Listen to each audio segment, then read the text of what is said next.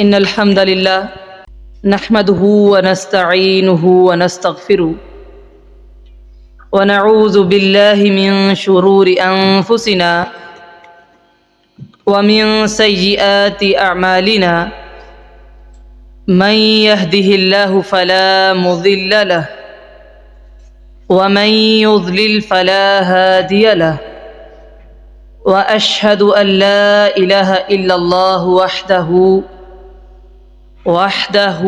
وحده لا شريك له وأشهد أن محمدًا عبده ورسوله أما بعد فإن خير الحديث كتاب الله وخير الهدي هدي محمد صلى الله عليه وسلم وشر الأمور محدثاتها وكل محدثة بدعة وكل بدعة ضلالة وكل ضلالة في النار اللهم صل على محمد وعلى آل محمد كما صليت على إبراهيم وعلى آل إبراهيم إنك حميد مجيد اللهم بارك على محمد وعلى آل محمد كما باركت على إبراهيم وعلى آل إبراهيم إنك حميد مجيد قال الله تعالى في القرآن المجيد والفرقان الحميد أعوذ بالله السميع العليم من الشيطان الرجيم من همزه ونفخه ونفسه رب اشرح لي صدري ويسر لي أمري واحلل عقدة من لساني يفقه قولي واجعل لي وزيرا من أهلي رب زدني علما اللهم فقهنا في الدين اللهم وفقنا لما تحب وترضى اللهم آنس وحشتي في قبري اللهم ارحمنا بالقرآن العظيم واجعله لنا إماما ونورا وهدى ورحمة اللهم ذكرني منه ما نسيت وعلمني منه ما جهلت وارزقني تلاوته آناء الليل وآناء النهار وحجة یا رب العالمین آمین۔ تمام طرح کی تعریفات، تحمیدات، تسبیحات اور تحلیلات اللہ رب العالمین کے لیے ہے، جو اکیلا اس کائنات کا خالق، مالک، رازق اور مدبر ہے۔ اس کے بعد ہر طرح کا درود و سلام نبی مکرم صلی اللہ علیہ وسلم کی ذات اقدس و اطہر پر۔ رمضان کا مہینہ ایک بڑا معروف مہینہ ہے، اللہ تعالیٰ کی طرف سے ایک بہترین انعام ہے، عوام الناس کے لیے، لوگوں کے لیے اصلاح کا، تزکیہ کا ایک بہترین طریقہ ہے، اور یہ اللہ تعالیٰ کا بہت بڑا احسان ہے جس اللہ نے ہمیں دوبارہ سے یہ نصیب فرمایا ہے۔ یہ ایک بڑی اہم بات ہے۔ بہت سارے ایسے لوگ تھے جو پچھلے سال موجود تھے لیکن اس سال نہیں ہے، ایسے ہی تو یہ اللہ تعالیٰ کا احسان ہے جس نے ہمیں زندگی دی ہے، سانسیں دی ہیں، تندرستی دی ہے، اور دوبارہ سے وہ مہینہ آ رہا ہے، تو اس پر اللہ تعالیٰ کا شکر ادا کرنا چاہیے۔ رمضان تزکیہ اور تربیت کا اور اصلاح کا ایک بہترین ذریعہ ہے، اور اس کو مختص اور اس کو متعین ہم نے نہیں کیا، نہ میں نے، نہ آپ نے، یہ تو اللہ تعالیٰ نے کیا ہے۔ اب سال کے اندر 12 مہینے ہیں، یہ سال کا نامہ مہینہ بنتا ہے قمری لحاظ سے۔ محرم جس سے آغاز ہوتا ہے حرمت والا مہینہ ہے، جس میں جنگ نہیں کی جا سکتی۔ ربیع الاول ہے، نبی مکرم صلی اللہ علیہ وسلم کی پیدائش اور وفات کا مہینہ ہے۔ شعبان بڑا اہم ترین مہینہ ہے۔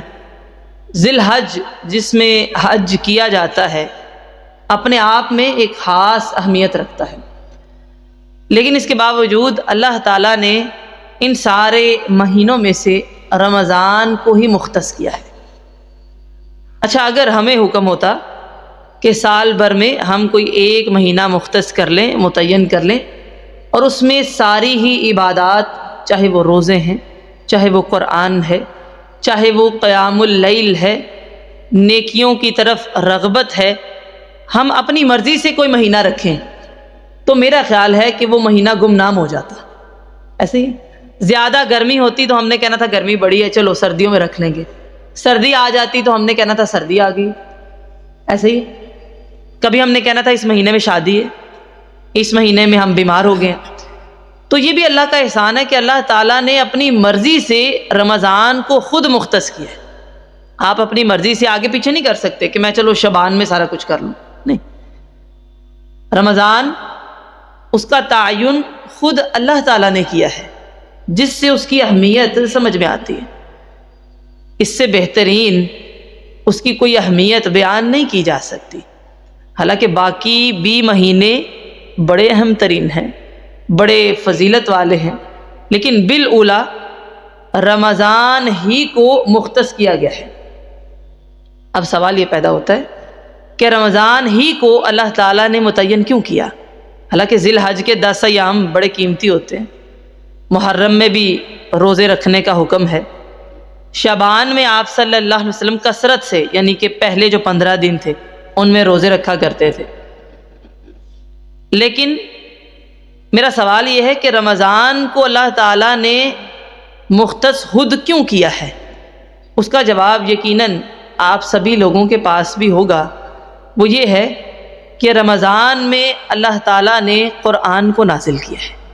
یہ وجہ ہے شہر رمضان الذی انزل فیہ القرآن ھدی للناس وبینات من الھدی والفرقان۔ رمضان وہ مہینہ ہے جس میں قرآن کا نزول ہوا ہے۔ قرآن کیا ہے؟ لوگوں کے لیے ہدایت ہے، واضح دلائل ہیں اور فرقان ہے۔ غالباً ایک قوی امکان ہے، تاریخ ہمیں بتاتی ہے کہ رمضان کا مہینہ تھا اور آخری عشرہ تھا، اور اس کی کوئی طاق رات تھی، اور طلوع سحر کا وقت تھا جس وقت جبرائیل امین کا نزول ہوا، اور وہ ہدایت کی یہ کرن لے کر آپ صلی اللہ علیہ وسلم کے دل پر نازل ہوئے۔ تو جبرائیل امین ہدایت الہی کے اس نور کو لے کر نازل ہوئے، اور اس کو نازل کہاں کیا؟ قلب محمدی پر کیا، صلی اللہ علیہ وسلم، یعنی آپ صلی اللہ علیہ وسلم کے دل پر نازل کیا، جس کو اللہ تعالیٰ نے کچھ یوں بیان کیا کہ بے شک یہ رب العالمین کی طرف سے نازل کردہ ہے، اس کو روح الامین لے کر اترے ہیں علی قلبک، آپ کے دل پر، کسی جگہ پر نازل نہیں ہوا، یہ آپ کے دل پر نازل ہوا ہے، اور بلسان عربی مبین، واضح عربی زبان میں نازل ہوا ہے۔ تو اللہ تعالیٰ نے رمضان کو مختص کیوں کیا ہے؟ قرآن کی وجہ سے۔ قرآن کے نزول کے لیے رمضان ہی کو چنا ہے۔ اب وہ لیلۃ القدر تھی، وہ طلوع سحر تھا، اور پھر آپ صلی اللہ علیہ وسلم کا دل تھا۔ قرآن کا نزول صرف قرآن یعنی ایک کتاب کا نزول نہیں ہے، در حقیقت امت مسلمہ کا بیج بویا گیا تھا۔ ہم تبھی وجود میں آئے نا جب قرآن آیا، نہیں تو مسلمان تو نہیں تھے، پہلے فطرت پر تھے بس۔ ہماری بنیاد اللہ تعالیٰ نے رمضان میں رکھی ہے۔ اس کے علاوہ بھی بہت خاص کام رمضان میں ہوئے ہیں، جیسے جنگ بدر ہے، اور وحی کا آغاز رمضان میں ہوا، اور اختتام فتح مکہ کے ذریعے بھی رمضان میں ہوا۔ یعنی بڑے بڑے کام اللہ تعالیٰ نے جو رکھے ہیں وہ رمضان ہی میں رکھے ہیں۔ اس میں سب سے عظیم کام کیا ہے؟ قرآن مجید کا نزول ہے۔ تو رمضان در حقیقت رحمتوں کا مہینہ ہے، برکتوں کا مہینہ ہے، ہدایت کا مہینہ ہے، اور اس کی وجہ کیا ہے؟ قرآن کا نزول ہے۔ تو رمضان کو اللہ تعالیٰ نے اس قدر اہم قرار دیا صرف کس وجہ سے؟ قرآن کی وجہ سے۔ اور قرآن کیا ہے؟ یا ایھا الناس قد جاءتکم موعظۃ من ربکم وشفاء لما فی الصدور۔ اے لوگو، تحقیق قرآن ایک نصیحت ہے تمہارے پاس۔ موعظہ کہتے ہیں ایسی نصیحت جو دل پر اثر کرے اور اس کو نرم کر دے۔ قرآن کیا ہے؟ دل کو نرم کرنے والا واعظ ہے، دل کو نرم کرنے والی نصیحت ہے۔ وَشِفَاءٌ لِمَا فِي الصُّدُورِ، سینوں کے اندر جو کچھ ہے، وہ کینہ ہے، وہ بغض ہے، وہ حسد ہے، وہ غم ہے، وہ ڈپریشن ہے، اس کا علاج اللہ تعالیٰ نے قرآن میں رکھا ہے۔ اور وَہُدًى، ہدایت ہے۔ کیسی ہدایت ہے؟ راستہ دکھاتا بھی ہے اور دکھانے کے بعد جنت تک لے کر بھی جاتا ہے۔ اور پھر وَرَحْمَةٌ لِّلْمُؤْمِنِينَ، مومنوں کے لیے رحمت بھی ہے۔ تو رمضان قرآن کا مہینہ، رمضان کی اہمیت قرآن کی وجہ سے، نہیں تو باقی بھی ایسے مہینے ہیں جو بڑے اہم ہیں، جیسے محرم ہے، جیسے شعبان ہے، جیسے ذی الحج ہے۔ تو رمضان کی جتنی بھی اہمیت سمجھ میں آتی ہے نا، در حقیقت اس کا تعلق قرآن کے ساتھ ہی ہے۔ قرآن جو ایک زندہ ہستی کی طرف سے زندہ کلام ہے۔ بات کو ذرا غور سے سمجھیے گا، قرآن جس نے نازل کیا وہ زندہ ہے، زندہ تھا اور زندہ رہے گا، اور جو کلام نازل کیا وہ بھی زندہ ہے۔ کیسے زندہ ہے؟ ویسے اس کا اصل مقصد اور ہے، لیکن کوئی اس کو جس بھی مقصد سے پڑھ لینا وہ مقصد اس کو حاصل ہو جاتا ہے۔ ایسی زندہ کتاب ہے، آپ اس کو دیکھتے ہیں، تعظیم کرتے ہیں، تکریم کرتے ہیں، ادب کرتے ہیں، باعث ثواب ہے۔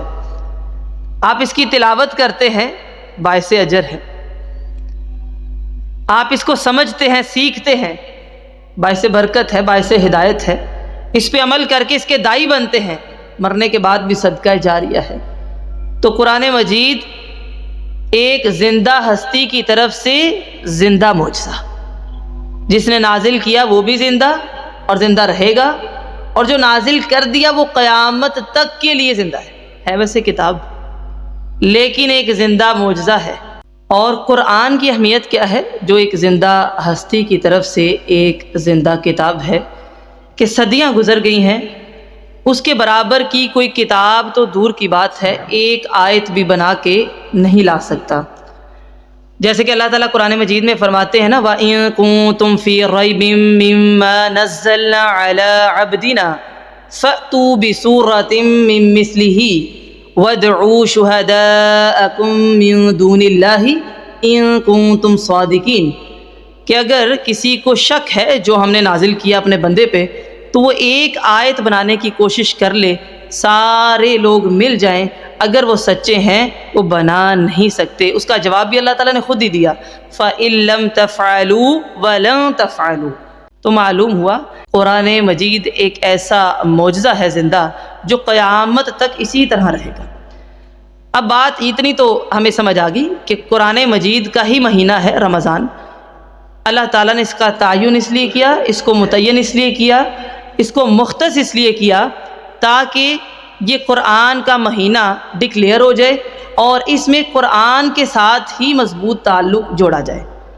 اچھا، پھر ایک دلچسپ بات یہ ہے کہ ہم قرآن کے ساتھ زیادہ جڑ جائیں، اس کے لیے اللہ تعالیٰ نے چونکہ مہینہ خود سیٹ کیا، اس کے انتظامات بھی خود ہی کیے۔ مثلاً سارے سال میں یا زندگی کے کئی سالوں میں قرآن سے نہ جڑنے کی وجہ یا پھر حق ادا نہ کرنے کی وجہ وہ 3 وجوہات ہوتی ہیں۔ ایک، ہمارے کام دنیا کے، جن کا زیادہ تر تعلق کھانے سے ہوتا ہے، کھانا پکا رہے ہیں، کھانا بنا رہے ہیں۔ میں نہیں کہتی کہ کھانا بنانا نہیں ہے یا پکانا نہیں، لیکن بہت زیادہ وقت درکار ہوتا ہے، لگ جاتا ہے۔ بعض دفعہ ہمارا دل بہت کرتا ہے کہ ہم دین میں بہت آگے بڑھ جائیں، لیکن زندگی کی کچھ روٹین ایسی ہوتی ہے، شب و روز ایسے ہوتے ہیں کہ بعض دفعہ خواتین کچن میں داخل ہو جائیں تو وہ سارا دن نکل نہیں سکتی۔ تو اللہ تعالیٰ نے خود ہی اس کا انتظام کیا، اور رمضان میں سب سے پہلے کھانا کم کیا، روزے رکھے، ٹھیک ہے، اور روزے کا اجر اس قدر زیادہ رکھا کہ کوئی بندہ چھوڑے ہی نہ۔ اب کتنی ساری نیکیاں ہیں، ایک نیکی کریں 1 گنا اجر ہے، بعض نیکیاں کریں 10 گنا اجر ہے، بعض کریں 700 گنا اجر ہے۔ یہ ایک الگ موضوع ہے کہ وہ کون سی نیکیاں ہوتی ہیں، لیکن نبی مکرم صلی اللہ علیہ وسلم نے فرمایا، حدیث قدسی ہے، الصوم لی وانا اجزی بہ، جب روزے کی باری آئی تو آپ صلی اللہ علیہ وسلم نے فرمایا، اللہ تعالیٰ فرماتا ہے کیا روزہ میرے لیے ہے، اس کا اجر میں خود دوں گا، اس کا اجر دینا میرا کام ہے، یعنی بے حساب ہے، کتنا ہوگا یہ بتایا نہیں گیا، اور اس قدر اجر کیوں رکھا گیا؟ تاکہ کسی بھی حال میں روزہ چھوڑے ہی نہ، بلکہ حدیث میں آتا ہے رسول اللہ صلی اللہ علیہ وسلم نے فرمایا، جو بندہ بغیر کسی شرعی عذر کے ایک روزہ چھوڑ دے یا توڑ دے، ساری زندگی وہ روزے رکھے، اس روزے کا کفارہ نہیں ادا ہوتا، بغیر شرعی عذر کے ایک روزہ چھوڑ دے یا توڑ دے، اس کا وہ کفارہ ادا نہیں کر سکتا۔ اس قدر پابندی کے ساتھ اللہ تعالیٰ نے خود روزے بھی فرض کیے۔ اس کی وجہ کیا تھی؟ اس میں ہمیں سب سے بڑی حکمت یہ نظر آتی ہے، جب کھانے کا کام کم ہوتا ہے تو وقت مل جاتا ہے، ایسے ہی وہ سحری کے وقت ہم سحری کرتے ہیں اور پھر افطاری کا ٹائم ہوتا ہے، سارا دن اب ہم فارغ ہیں۔ طریقہ کار تو یہی ہونا چاہیے نا، بلکہ سحری کو بھی لازم قرار دے دیا۔ نبی مکرم صلی اللہ علیہ وسلم نے فرمایا، سحری کیا کرو، کیونکہ اللہ تعالیٰ نے سحری میں برکت رکھی ہے۔ اب درمیان کا بہت سارا ٹائم مل گیا، عام دنوں میں نہیں ملتا، دوپہر ہوتی ہے فکر لگ جاتی ہے، کھانا بنانا ہے، پکانا ہے، دینا ہے، لیکن رمضان میں سب سے پہلے اللہ رب العزت نے کھانا بھی کم کیا۔ دوسری وجہ جس کی وجہ سے ہم قرآن کا وہ حق ادا نہیں کر سکتے، زندگیاں گزر جاتی ہیں لیکن حق ادا نہیں ہوتا، وہ ہے نیند۔ رمضان آیا، اللہ تعالیٰ نے نیند بھی کم کر دی۔ تراویح ہے، قیام اللیل ہے، تہجد ہے، ایک ہی چیز ہے، من قام رمضان ایمانا واحتسابا غفر لہ ما تقدم من ذنبہ، جس نے رمضان پایا اس میں قیام کیا، یا پھر صام رمضان، یا روزے رکھے، دونوں کام کیے، اس کے پچھلے سارے گناہ اللہ تعالیٰ معاف فرما دے۔ لہٰذا وہ قیام کرے، رات کو اٹھے، چاہے رات کو قیام کر کے سوئے یا پھر سحری میں اٹھے۔ تو نیند بیسیکلی ہم دیکھیں نا تو رمضان میں اللہ تعالیٰ نے کم کی ہے، بڑھائی نہیں ہے، کم کر دو، جتنا پہلے سوتے تھے وہ کم کر دو۔ لیکن انسان بھی بڑا جلد باز ہے، انہوں نے حساب لگایا کہ رات کو تو ہم سوتے ہی نہیں ہیں، چلو خیر ہی ہے، تراویح پڑھ کے 2 گھنٹے کیا سونا ہے، اب سحری کر کے سوئیں گے اور پھر ظہر کے قریب اٹھیں گے تو پھر فائدہ تو حاصل نہ ہوا۔ طریقہ کار کیا ہے؟ رات اللہ نے سونے کے لیے بنائی ہے۔ نبی مکرم صلی اللہ علیہ وسلم رات عشاء کے بعد دیر تک جاگنا ناپسند کیا کرتے تھے، اور قیلا وقالا یعنی جاگ کے باتیں کرتے رہنا یہ کوئی پسندیدہ عمل نہیں تھا، سوائے کوئی دین کا کام ہو۔ تہجد کا مزہ یہی ہے، اس کی فضیلت یہی ہے کہ بندہ سویا ہوا اٹھے، مشکل تو وہ ہے نا، جاگ کے پڑھنا مشکل تو نہیں ہے۔ پھر اسی طرح فجر کے بعد صبح کا آغاز ہوتا ہے۔ نبی کریم علیہ السلام نے فرمایا کہ میری امت کی برکت اللہ تعالیٰ نے صبح کے وقت میں رکھی، لہذا تاریخ ہمیں بتاتی ہے کہ آپ صلی اللہ علیہ وسلم نے جتنے غزوات لڑے ہیں نا وہ سحری کے وقت یعنی کہ نماز کے فوری بعد نکلے، کیونکہ اس وقت میں اللہ تعالیٰ نے ایک خاص برکات رکھی ہوتی ہے۔ اسی لیے حدیث میں آتا ہے جس بندے نے فجر کی نماز ادا کی اسی جگہ پر وہ بیٹھا رہا اور اشراق پڑھ کے اٹھتا ہے، اس کو عمرے کے برابر اجر ملتا ہے۔ لہٰذا طریقہ کار تو یہی ہے۔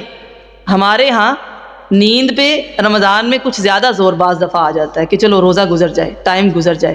اللہ تعالیٰ نے وہ ٹائم خالی کیا تھا تاکہ ہم قرآن کو زیادہ سے زیادہ وقت دے سکیں۔ اچھا، ایک چیز ہو گئی کھانا، وہ بھی کم کر دیا، لہٰذا افطاری بھی آپ صلی اللہ علیہ وسلم کس سے کیا کرتے تھے؟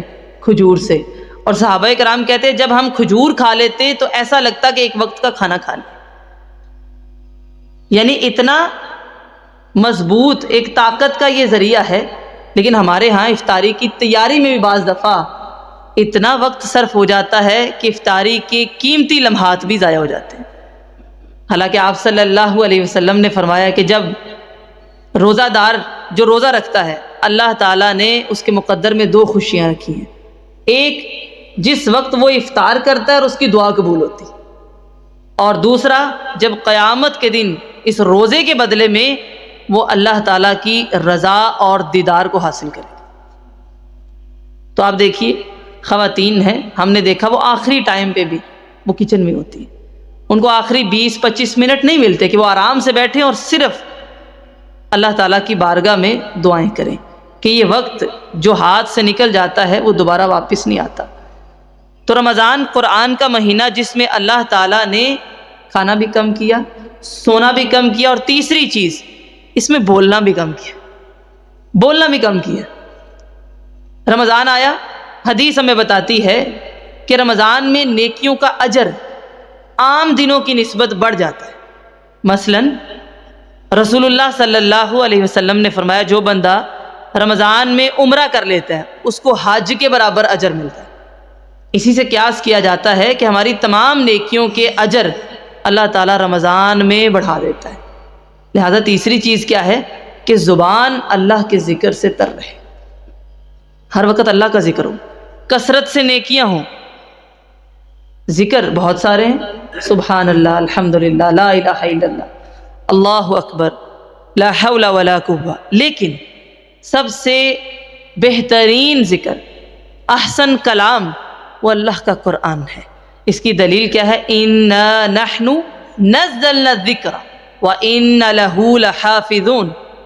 ہم سمجھتے ہیں شاید قرآن ذکر نہیں ہے، نہیں بھائی، قرآن ذکر ہے، سب سے پہلے وہی تو ذکر ہے۔ بے شک ہم نے یہ ذکر نازل کیا ہے اور ہم ہی اس کے محافظ ہیں۔ تو قرآن پہلا ذکر جو آپ کو ذکر کرنا سکھاتا بھی ہے، آپ اسے کھولتے ہیں، الفاتحہ ایک کتاب کھلتی ہے اور آغاز میں آپ کہتے ہیں الحمدللہ، پہلا ذکر آپ کی جھولی میں ڈال دیا گیا۔ الحمدللہ تملأ المیزان، میزان کو نیکیوں سے بھر دیتا ہے۔ تو پہلا ذکر قرآن ہے، لہذا زبان اللہ کے ذکر سے تر رہے رمضان میں۔ تو رمضان رحمتوں کا، برکتوں کا، تسبیحات کا، تحلیلات کا مہینہ، سخاوت کا مہینہ، صدقات کا مہینہ ہے، خیرات کا مہینہ ہے۔ حتیٰ کہ ایک بچہ پیدا ہوا ہے، شریعت ہمیں کہتی ہے اس کا بھی فطرانہ ادا کرنا ہے۔ کیا ہے؟ دینا سیکھو۔ ہمدردی کا مہینہ ہے، خیر خواہی کا مہینہ ہے۔ اچھا، اتنی ساری چیزیں رمضان میں ساری اکٹھی ہو گئیں، مجھے یہ بتائیے گا یہ ساری آپ کو پتہ کیسے چلی کہ رمضان صبر کا، شکر کا، قناعت کا، توکل کا مہینہ؟ صبر ہے نا، بندے کو بہت بھوک لگی ہے لیکن اس کے باوجود ہم کھاتے نہیں ہیں، کلی کرتے ہیں لیکن پانی اندر نہیں جانے دیتے۔ توکل اس قدر زیادہ ہو جاتا ہے کہ ہم کھانا ہم بنا رہے ہیں، کوئی نہیں دیکھ رہا سوائے اللہ تعالیٰ کی ذات کے، لیکن ہم اپنا روزہ نہیں توڑتے۔ توکل ہے نا اللہ پر کہ وہ حاکم مطلق ہے، غیب کا اور حاضر کا جاننے والا ہے۔ رمضان میں اتنی ساری نیکیاں اکٹھی ہو گئیں، میرا سوال یہ ہے یہ آپ کو پتہ کیسے چلتا ہے؟ قرآن سے، قرآن سے پتہ چلتا ہے۔ قرآن آپ کو بتاتا ہے کہ آپ نے یہ نیکیاں کرنی ہیں، حدیث اس کی تشریح کرتی کہ آپ صلی اللہ علیہ وسلم اپنا رمضان کیسے گزارتے تھے، صحابہ کرام کیسے گزارتے تھے۔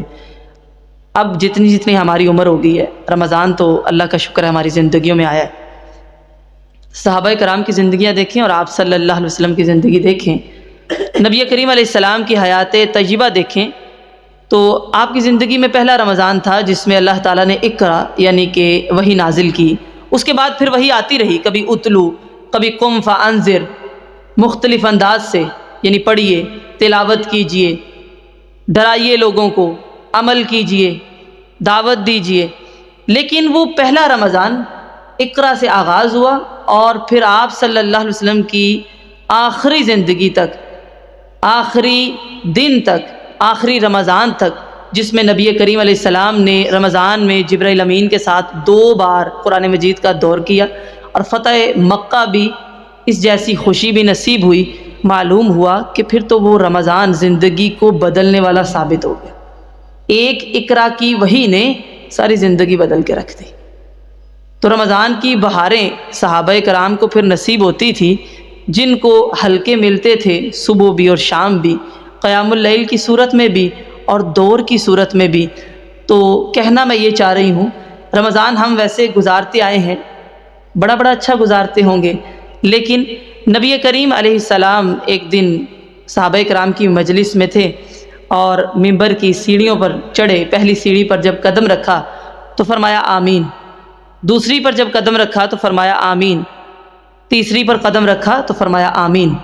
صحابہ کرام نے پوچھا کہ آپ نے آمین کیوں کہا؟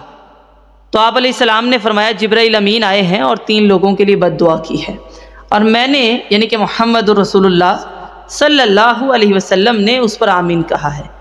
ایک وہ کہ جب میرا نام آئے اور درود نہ پڑے اس کے لیے جہنم کی وادی ہے، اور میں نے کہا آمین۔ دوسرا، اس کی ناک خاک آلود ہو جو والدین میں سے دونوں یا ایک کو پائے اور جنت نہ پائے، تو میں نے کہا آمین۔ اور پھر آپ علیہ السلام نے فرمایا تیسری بد دعا یہ تھی وَرَغِمَ أَنْفُ رَجُلٍ، اس بندے کی ناک خاک آلود ہو، یعنی زندگی میں کبھی بھی اس کو عزت حاصل نہیں ہو سکتی، اس کی ناک خاک آلود ہو وہ جو رمضان پائے اور بخشش نہ پائے۔ لہذا رمضان کا اصل مقصد کیا ہے کہ انسان ایسی نیکیاں کرے کہ اللہ تعالیٰ کو راضی کر لے اور بخشش کا پروانہ اس کے لیے جاری ہو جائے، اور اس کا کنفرم ہونا بھی بڑا ضروری ہے۔ واللہ عالم پچھلے رمضان باعث بخشش تھے یا نہیں، لیکن اس رمضان کی بات کرتے ہیں کہ اس رمضان کو باعث بخشش کس طرح سے بنایا جا سکتا ہے۔ میں آپ کو بتاؤں، ویسے تو گھروں کے اندر رمضان کا ایک اچھا ماحول ہوتا ہے مسلمانوں میں اپنے اپنے لائف سٹائل کے مطابق۔ اصل میں رمضان کی جو حلاوت ہے، اگر کوئی اس کو حاصل کرنا چاہتا ہے تو اسے چاہیے کہ وہ اللہ کے گھروں کا رخ کرے، وہ اللہ کے گھر کا رخ کرے جہاں پر اجتماعیت ہوتی ہے۔ یہ بات یاد رکھیے گا، بعض دفعہ ہم اکیلے میں پڑھتے ہیں، کتاب پڑھتے ہیں، لیکن نہ تو ہم سیکھ رہے ہوتے ہیں نہ سکھا رہے ہوتے ہیں، نہ اس طرح رحمتوں کا نزول ہو رہا ہوتا ہے۔ نبی مکرم صلی اللہ علیہ وسلم نے فرمایا کہ جب لوگ اللہ کے کسی گھر کے اندر جمع ہوتے ہیں اور کتاب اللہ کی تلاوت کرتے ہیں اور وَيَتَدَارَسُونَهُ، اور اس کو سیکھتے اور سکھاتے ہیں، جب وہ ایسا معاملہ کرتے ہیں تو اللہ کی طرف سے ان پر سکینت کا نزول ہوتا ہے، اور وَغَشِيَتْهُمُ الرَّحْمَةُ، ان کو رحمت ڈھانپ لیتی ہے، وَحَفَّتْهُمُ الْمَلَائِكَةُ، اور فرشتے اپنے پر ان کے اوپر بچھا لیتے ہیں۔ وجہ کیا ہے؟ اکثر لوگ کہتے ہیں نا کہ ہم رمضان میں اتنے قرآن پڑھ لیتے ہیں، 10 پڑھ لیے، 5 پڑھ لیے۔ 1 پڑھ لیجئے لیکن سمجھ کے پڑھ لیجئے، یاد رکھیے 1 پارہ پڑھ لیجئے، سمجھ کے عمل کر لیجئے، امید ہے انشاءاللہ کافی ہو جائے گا، باعث نجات اور ذریعہ بخشش ثابت ہو جائے گا۔ تو اگر ہم چاہتے ہیں رمضان کی رونقوں کو دیکھنا تو ہمیں اللہ کے گھروں کا رخ کرنا چاہیے، کیونکہ ہمارے گھروں کے اندر ہم ماحول بنانے کی کوشش تو بہت کرتے ہیں، لیکن جو اللہ کے گھر ہوتے ہیں ان میں خاص طور پر سکینت نازل ہوتی ہے۔ اب آپ دیکھیے نبی مکرم صلی اللہ علیہ وسلم مسجد نبوی کے اندر ہی رہتے تھے، آپ علیہ السلام کے حجرے کا دروازہ مسجد کے صحن میں کھلا کرتا تھا، حالانکہ وہ حجرہ تاریخ بتاتی ہے بڑا ہی چھوٹا تھا، اور اس کا چھت اتنا نیچے تھا اگر کوئی ہاتھ لگاتا تو اس کا ہاتھ لگ جاتا، اور چھوٹا اتنا تھا کہ آپ صلی اللہ علیہ وسلم جب تہجد کی نماز پڑھتے تو سیدہ عائشہ صدیقہ کے پیر آگے ہوتے، جب سجدہ کرنے لگتے تو ہاتھ لگاتے وہ پیچھے کر لیتی، بعد میں پھر آگے ہو جاتے، لیکن وہ ہے چھوٹا سا حجرہ تھا، اور اللہ تعالیٰ نے اس کو کیا بنایا ہے؟ روضۃ من ریاض الجنہ، یعنی جنت کا ٹکڑا ہے وہ، یعنی آپ علیہ السلام نے اللہ کے گھر میں ہی ایک طرح سے قیام کیا ہے، وہیں پہ رہائش اختیار کی ہے، کیونکہ اللہ کے گھروں کے اندر جو حلاوت نصیب ہوتی ہے وہ ذاتی طور پہ حاصل نہیں ہو سکتی۔ اس لیے نبی مکرم صلی اللہ علیہ وسلم نے فرمایا، صحیحہ کی روایت ہے کہ دنیا کے اندر جو علم کی مجالس ہیں وہ جنت کے باغ ہیں، جب ان کے قریب سے گزرو تمہیں چاہیے کہ کچھ پھول چن لیا کرو، یعنی کچھ فائدہ حاصل کر لیا کرو۔ تو رمضان اللہ تعالیٰ نے قرآن کا مہینہ بنایا اور اس میں خود انتظامات کیے، ہمارے دنیا کے کاموں کو کم کر دیا۔ ہاں ہماری غلطی ہے کہ ہم اس کی تیاری پہلے نہیں کرتے، آغاز ہوتا ہے رمضان کا، پہلے عشرے میں پہلے تیاری شروع کر دیتے ہیں، دوسرے عشرے میں تھک کے بیٹھ جاتے ہیں، اور تیسرے عشرے میں عید کی تیاری شروع ہو جاتی ہے اور لمحات ضائع ہو جاتے ہیں، جبکہ نبی مکرم صلی اللہ علیہ وسلم نے فرمایا جب رمضان آتا ہے اذا کانت اول لیلۃ من شہر رمضان، رمضان کی پہلی رات آتی ہے، آپ کو پتہ ہے عرب کے قانون کے مطابق دن کا آغاز رات سے ہوتا ہے، ٹھیک ہے، یعنی کہ پہلے تراویح پڑھتے ہیں نا، جب پہلی رات آتی ہے اسی وقت اللہ تعالیٰ شیاطین کو جکڑ دیتے ہیں، ان کو قید کرتے ہیں تاکہ انسان آزاد ہو کہ اب نیکیوں کے بھرپور کام کرے۔ شیاطین قید ہو گئے، وَغُلِّقَتْ أَبْوَابُ النَّارِ، اور اللہ تعالیٰ جہنم کے تمام دروازوں کو بند کر دیتا ہے۔ اور پھر نبی مکرم صلی اللہ علیہ وسلم نے فرمایا فَلَمْ يُفْتَحْ مِنْهَا بَابٌ، ان میں سے ایک دروازہ بھی، یعنی جہنم کے جو دروازے بند ہوئے ہیں نا، ان میں سے ایک بھی سارا رمضان کھلتا نہیں ہے، وہ بند ہی رہتے ہیں۔ وَفُتِحَتْ أَبْوَابُ الْجَنَّةِ، اور پھر جنت کے دروازوں کو اللہ تعالیٰ کھول دیتا ہے۔ فَلَمْ يُغْلَقْ مِنْهَا بَابٌ، اور پھر جنت کا ایک بھی دروازہ سارا رمضان بند نہیں کیا جاتا۔ اور یہاں تک بس نہیں، وَنَادَى مُنَادٍ، ایک فرشتہ آسمان دنیا پر اعلان کرتا ہے، کیا؟ یا باغی الخیر، نیکی کرنے والے اقبل، آگے بڑھ، تیز ہو جا، یا باغی الشر اقصر، اے برائی کرنے والے تھم جا، رک جا۔ اور پھر آپ صلی اللہ علیہ وسلم نے فرمایا وَلِلَّهِ اُتَقَاءُ مِنَ النَّارِ، اور پھر اللہ تعالی ہر رات، رمضان کی ہر رات میں لوگوں کو جہنم سے آزاد کرتا ہے، آزادی کا پروانہ جاری کرتا ہے، یعنی ہر رات ایسا ہوتا ہے۔ تو اللہ تعالیٰ نے ایک تو دنیا کے کاموں کو کم کیا، دوسرا رحمتوں کے دروازوں کو کھولا، برکات کا نزول کر دیا، جیسے کھانا کم کیا روزے کی وجہ سے، بلکہ حدیث میں آتا ہے آپ صلی اللہ علیہ وسلم نے فرمایا علیک بالصوم، روزے رکھنا تم پر اللہ نے لازم کیا ہے، فإنہ لا مثل لہ، کیونکہ اس جیسا کائنات میں اور کوئی عمل نہیں، تاکہ دن بھر میں ہم کھانے پر فوکس بالکل کم کر دیں، اور کم کرنے کے بعد ریاضت اور عبادت میں زیادتی کر دیں۔ پھر یہاں بھی روزے کے ساتھ قرآن کا ذکر کیا۔ آپ صلی اللہ علیہ وسلم نے فرمایا قیامت کے دن روزہ اور قرآن دونوں سفارش کریں گے۔ روزہ کہے گا اللہ دن بھر میں نے اس کو بھوکا رکھا، پیاسا رکھا، گناہوں سے باز رکھا، اور قرآن کہے گا دن کو رات کو یہ مجھے پڑھتا رہا، مجھے سیکھتا رہا، مجھ پر محنت کرتا رہا۔ اسی لیے آپ علیہ السلام نے فرمایا اقرأ القرآن، قرآن کو پڑھا کرو، فإنہ یأتی یوم القیامہ، قیامت کے دن قرآن خاص طور پر آئے گا، شفیعا لاصحابہ، اپنے ساتھیوں کے لیے سفارشی بن کے، اور پھر وہ سفارش کرے گا کہ اللہ اس کو جنت میں داخل کر، اور اللہ تعالیٰ اس بندے کو جنت میں داخل کرے گا۔ کس کے لیے؟ لاصحابہ، جو صاحب قرآن ہے، قرآن پڑھتا ہے اور سیکھتا ہے، سمجھتا ہے، قرآن والا ہے، اس کو کہتے ہیں نا صاحب قرآن۔ تو روزہ اور قرآن یہاں بھی جمع ہو گئے، دونوں اکٹھے ہیں۔ تو رمضان جس میں اللہ تعالیٰ نے نیکیوں کو رائج کیا، خود کیا، دنیا کے کاموں کو کم کیا، اور ہمارے لیے آسانیاں پیدا کی کہ ہم اس رمضان کو قرآن کا مہینہ بنائیں۔ اب آپ کے ذہن میں ایک سوال پیدا ہو سکتا ہے کہ قرآن ہی پڑھنا ہے نا، بندہ گھر میں بیٹھ کے پڑھ لیتا ہے۔ پھر اسی طرح بعض دفعہ ہمارے ذہن میں یہ بات آتی ہے، آج کل تو آپ کو پتہ ہی ہے انٹرنیٹ بہت زیادہ چھا گیا ہے، گھر میں بیٹھ کے سن لیتے ہیں تو ایسے ہی حاصل ہو جائے گا۔ پہلی بات کا جواب یہ ہے کہ اگر ہم یہ سمجھتے ہیں کہ میں خود ہی ترجمہ پڑھ لوں گی اور مجھے سب آ جائے گا، قرآن کا تو یہ اسلوب نہیں ہے۔ ویسے ترجمہ پڑھنے میں کوئی مسئلہ نہیں، آپ ضرور پڑھیں، لیکن اللہ تعالیٰ نے اس قرآن کو کتاب اللہ نہیں کلام اللہ بھی بنایا ہے، یعنی کتاب تو نازل نہیں نہ کی کہ یہ کتاب لیں اور جا کے پڑھیں، نہیں، بلکہ یہ کلام اللہ ہے۔ اللہ تعالیٰ نے جبرائیل امین کے ذریعے آپ صلی اللہ علیہ وسلم کو سنوایا ہے، اس کے لیے سننا بہت ضروری ہوتا ہے۔ پھر آپ کے دل پر جب نزول ہو گیا، اقرا کا حکم ہوا، اور آپ علیہ السلام نے فرمایا ما انا بقارئین، مجھے پڑھنا نہیں آتا، دبوچا گیا، پھر فرمایا اقرا، پھر فرمایا ما انا بقارئین، مجھے پڑھنا نہیں آتا، تیسری مرتبہ کہا اقرا، یعنی کہ پڑھو اپنے رب کے نام سے جس رب نے تمہیں پیدا کیا۔ آپ صلی اللہ علیہ وسلم واپس آئے، کانپ رہے تھے۔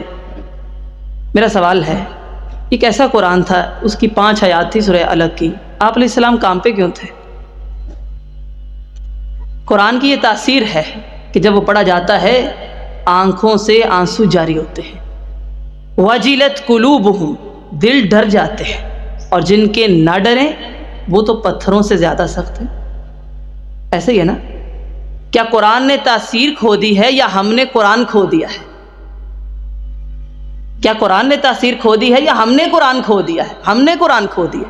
قرآن کی تاثیر کل بھی ویسی تھی، آج بھی ویسی، کل بھی باعث انقلاب تھا، آج بھی باعث انقلاب ہے، کل بھی زندگیوں کو بدلتا تھا، آج بھی اس کا اصل مقصد ہدایت ہے، رحمت ہے، زندگی کو بدلنا ہے۔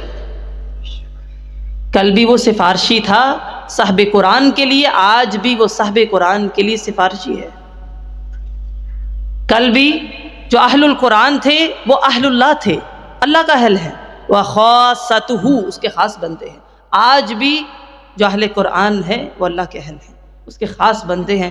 آیا ہم اہل القرآن ہیں یا نہیں؟ قرآن کی تاثیر تو ویسی ہے، ہم نے قرآن کھو دیا ہے۔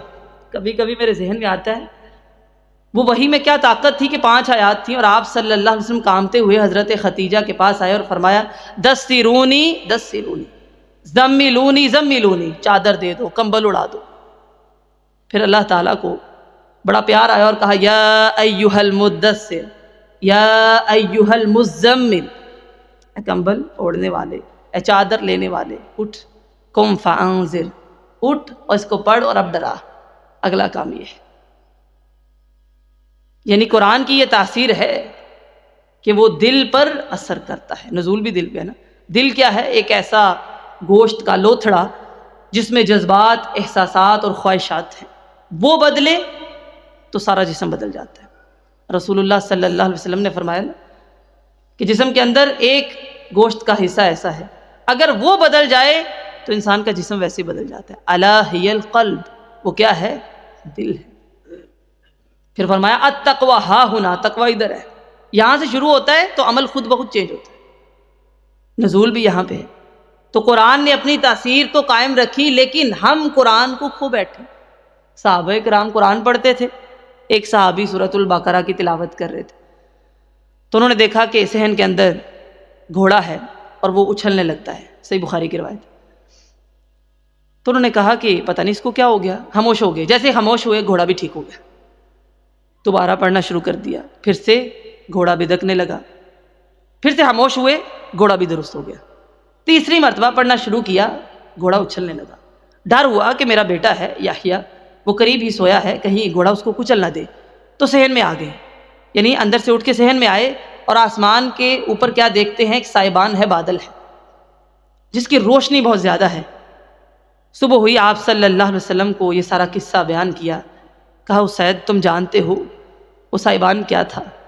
وہ اللہ کے فرشتے تھے، تمہارا قرآن سن کے نازل ہو رہے تھے، اگر تم پڑھتے رہتے وہ زمین پر اتر آتے اور لوگ صبح ہوتی ان کو دیکھتے۔ پتہ چلا کہ جب قرآن صحابہ کرام پڑھتے تھے نا تو فرشتے نازل ہونا شروع ہو۔ لیکن ہم نہ تو ویسا پڑھتے ہیں، نہ ہم ویسے سمجھ رکھتے ہیں، نہ اس طرح ہمارے اوپر رحمتوں کا نزول ہوتا ہے۔ یہ تو بالولا بات ہے نا، اجتماعی زوال تو ہمارا دکھتا ہے، انفرادی بھی اور اجتماعی بھی، کہ ہم وہ حق ادا نہیں کرتے۔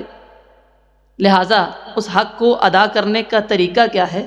میں بتانا یہ چاہ رہی ہوں کہ قرآن کو استاد سے سیکھنا چاہیے۔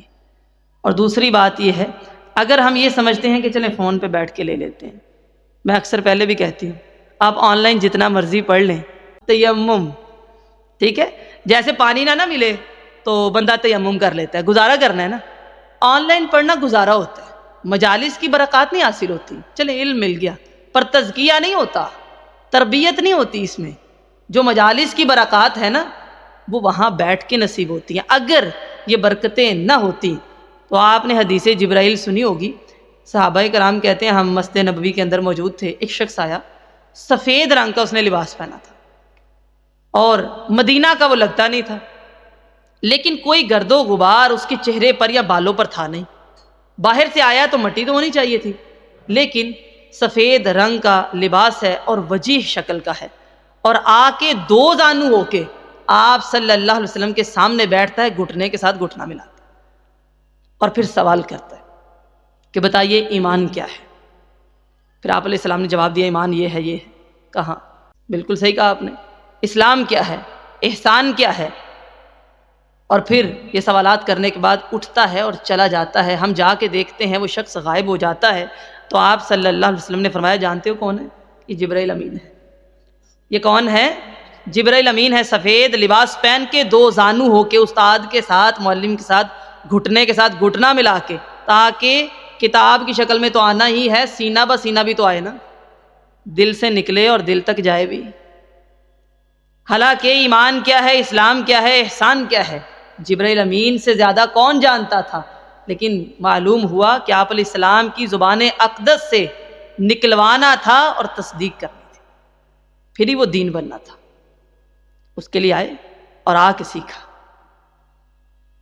جتنی تگو دو کر کے ہم جاتے ہیں نا، اللہ تعالیٰ اتنا ہی شرح صدر کرتے ہیں۔ لہٰذا یہ آن لائن جتنا بھی ہم پڑھتے ہیں نا، یہ تیمم ہوتا ہے۔ وضو کے لیے استاد کے پاس چل کے آیا جاتا ہے، ٹھیک ہے، ادھر ہلائیں۔ وضو کے لیے استاد کے پاس چل کے جایا جاتا ہے۔ اللہ تعالیٰ اس کا جو اجر عطا فرماتے ہیں، حدیث میں آتا ہے نا، نبی مکرم صلی اللہ علیہ وسلم نے فرمایا کہ ایک ایک قدم جو ہم مسجد کی طرف اٹھاتے ہیں یا اللہ کے گھر کی طرف اٹھاتے ہیں، اللہ تعالیٰ اس پر اجر عطا فرماتے ہیں۔ وہ ایک ایک قدم ہمارا باعث اجر ہوتا ہے۔ اور ویسے بھی مساجد کے بارے میں تو حدیث آتی ہے، حب البلاد الی اللہ، اللہ کے نزدیک زمین کے اوپر اگر کوئی جگہ محبوب ہیں تو وہ اللہ کے گھر مساجد، اور اگر کوئی جگہ ناپسندیدہ ہے تو وہ الاسواق یعنی کہ بازار ہے۔ اور آپ دیکھیے، ویسے ہم جتنے مرضی دور رہتے ہوں، جتنے مرضی مصروف ہوں، لیکن خواتین کی کثیر تعداد بازاروں کے اندر نظر آتی ہے۔ ایسے ہی ہے نا، گھر بیٹھے میں اس چیز کی قائل ہوں کہ گھر بیٹھے بھی آپ کو کچھ نہ کچھ حاصل کرنا چاہیے، لیکن اس سوچ کو ختم کیجیے۔ گھر بیٹھے صرف دین حاصل کرنا، تیمم ہو سکتا ہے، وضو کبھی نہیں۔ گزارا ہو سکتا ہے، مجالس کی برکات نہیں۔ یہ آپ کو سچ میں بتا رہی ہوں۔ آج لوگ کہتے ہیں نا ہمیں حلاوت نہیں نصیب ہوتی، لذت نہیں نصیب ہوتی۔ نبی مکرم صلی اللہ علیہ وسلم نے فرمایا 7 لوگ قیامت کے دن جب کوئی سایہ نہیں ہوگا، اللہ تعالیٰ ان 7 لوگوں کو عرش کا سایہ نصیب فرمائے گا۔ ان میں سے ایک بندہ کون ہے؟ جس کا دل مسجد کے اندر اٹکا رہتا ہے، ہر وقت اس کی تمنا ہوتی ہے میں جاؤں گا۔ آپ علیہ السلام مدینہ میں آئے، سب سے پہلے مسجد کی بنیاد رکھی، سب سے پہلے، گھر بعد میں، پہلے مسجد کی بنیاد۔ اونٹنی کہاں بیٹھے گی؟ اور کہا اس کو چھوڑ دو، اللہ تعالیٰ اس کو حکم دے گا۔ مساجد سے نور پھیلتے ہیں، اللہ کے گھروں سے نور پھیلتے ہیں، اور پھر مجالس کی برکات بھی ہوتی، وہ جنت کے باغات ہیں، بلکہ وہاں آ کے بیٹھ جانا بھی باعث بخشش ہوتا ہے۔ یہ شعور تھا کہ رمضان اور قرآن کا جو گہرا تعلق ہے وہ کس طرح قائم ہو سکے۔ سبحانک اللہم و بحمدک، نشہد ان لا الہ الا انت، نستغفرک و نتوب الیک۔ ربنا تقبل منا انک انت السمیع العلیم وتب علینا انک انت التواب الرحیم۔